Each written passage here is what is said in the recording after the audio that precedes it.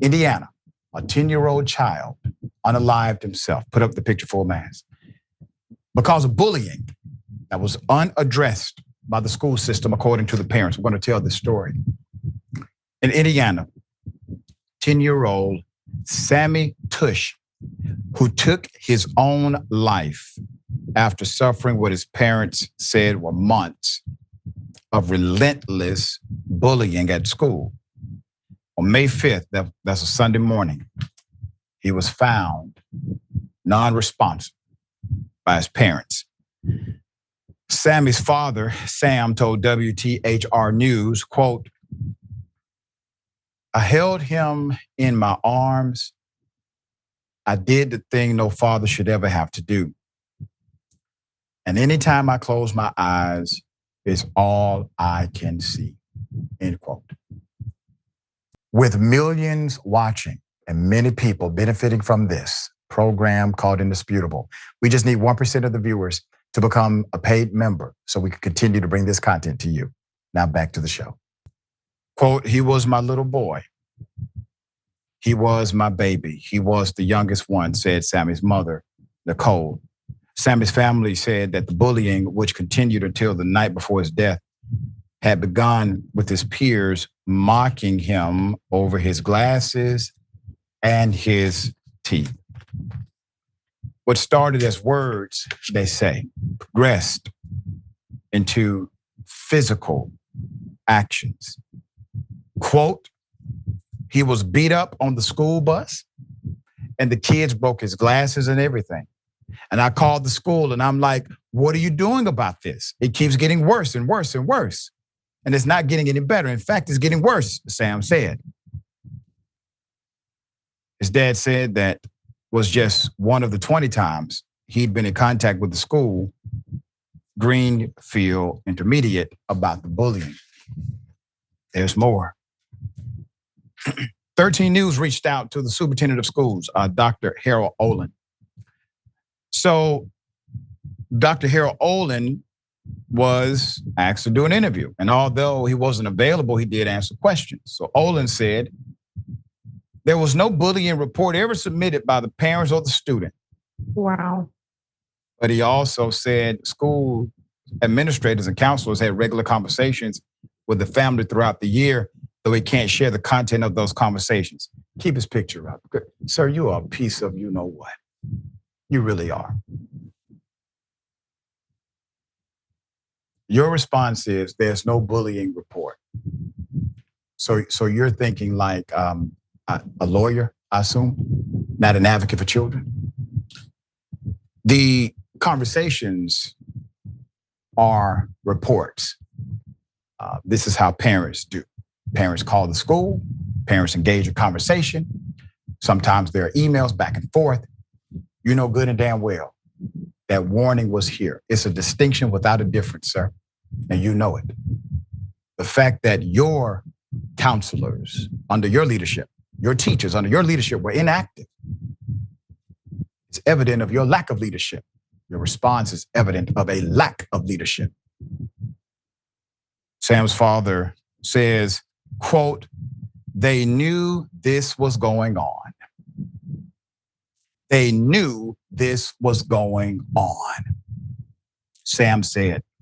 Sammy's family said the bullying progressed from school and the bus and then to places like Snapchat, even despite him having limited access to his phone. One quote said, "I'm going to beat you up. I'm going to beat you up when you get to school." Saying mean things about his mom, which would really, really set him off because the young man loved his mother. But despite frequent conversations about listening to those who love you, Sammy's family said he became withdrawn, stopped opening up. It's called depression. Sammy took his own life. They believe it was because he feared going to school after an incident in the bathroom last week and on the constant harassment. And the constant harassment, while the family may be putting Sammy to rest, His mom wishes she was saying good night instead of goodbye. Quote, I always tell the kids because Sammy and his sister went to bed first because they were younger, and telling them they had to brush their teeth to get ready for bed and having him not be there to hug before bed. Nichole said, what's going on? We've reported about children who are doing this to themselves because in their world, there is no light at the end of the tunnel in their mind because their world is made up of these peer relationships. And when they go to a trusted teacher, there's no support. There's no barrier. There's no protection. And then the superintendent comes out, no report has been filed, and the conversations I'm not allowed to disclose. Do you remember this incident that we reported on?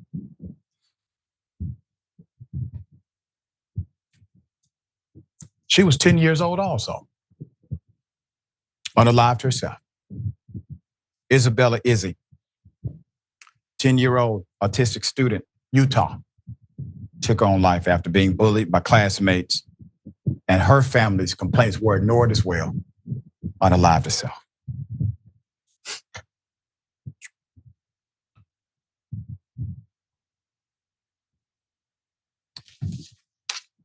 We have some resources available if there's a parent who's experiencing this with their child, because you go through it together, obviously.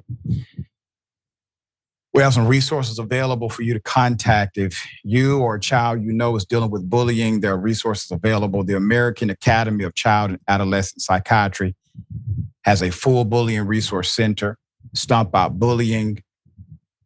We also have safekids.com and others. Please make sure, whatever you do, do not allow the powers that be inside of that school dictate how your child is treated when your child is crying out for help, okay? All right. Sharon, just one of the most difficult types of stories that we report on Indisputable, but it's to bring awareness to the fact that this is happening in our school systems across the country. What say you? Yeah, unfortunately, you've reported on a few of those this year. One too many of those. And I've been on with you. I have not heard of a statement, and perhaps I'm wrong, that is from a more depraved, disgusting individual. What the superintendent did was basically blame the loving parents. Yeah. He blamed the parents for this. That kind of individual should be nowhere near, no way connected to any child.